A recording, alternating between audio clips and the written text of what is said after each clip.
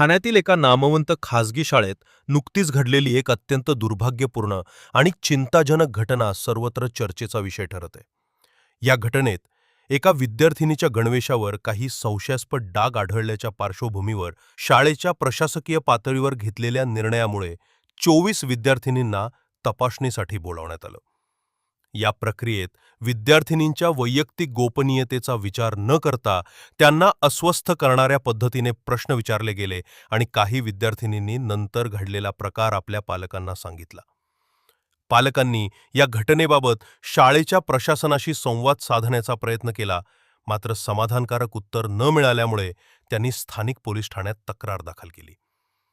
या तक्रारीच्या आधारे पोलिसांनी शाळेच्या मुख्याध्यापिका आणि 2 महिला कर्मचाऱ्यांविरुद्ध प्राथमिक स्वरूपात चौकशी सुरू केली आहे. याबाबत संबंधित कायद्यानुसार पुढील प्रक्रिया सुरू असून प्रशासनाकडून सर्व बाजूंनी या प्रकरणाची सखोल तपासणी केली जात आहे.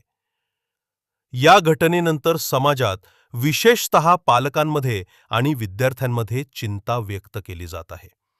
अनेक सामाजिक संघटनांनी आणि बालहक्क विषयक संस्थांनी याबाबत जागरूकता निर्माण करण्याचे प्रयत्न सुरू केलेत.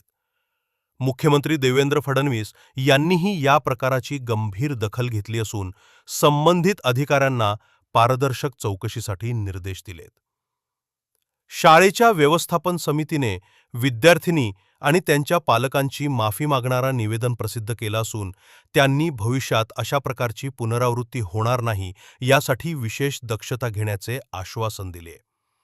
काही पालकांनी आपल्या मुलींच्या भावनिक समतोलासाठी मानसोपचार तज्ज्ञांचा सल्ला घेतल्याची माहितीही समोर आली आहे. शिक्षण विभागाकडूनही शाळेच्या अंतर्गत कार्यपद्धतीची पुनर्तपासणी केली जात आहे आणि योग्य ती सुधारणा करण्याचे सुचवण्यात येत आहे. ही घटना संपूर्ण समाजासाठी एक शिकवण ठरत असून शाळा ही विद्यार्थ्यांसाठी केवळ शैक्षणिकच नव्हे तर मानसिकदृष्ट्या सुरक्षित आणि विश्वासार्ह जागा असावी अशी सार्वत्रिक अपेक्षा आहे. विद्यार्थ्यांच्या स्वाभिमानाचे, गोपनीयतेचे आणि भावनिक स्थैर्याचे रक्षण ही शैक्षणिक संस्थांची जबाबदारी आहे, हे या प्रसंगात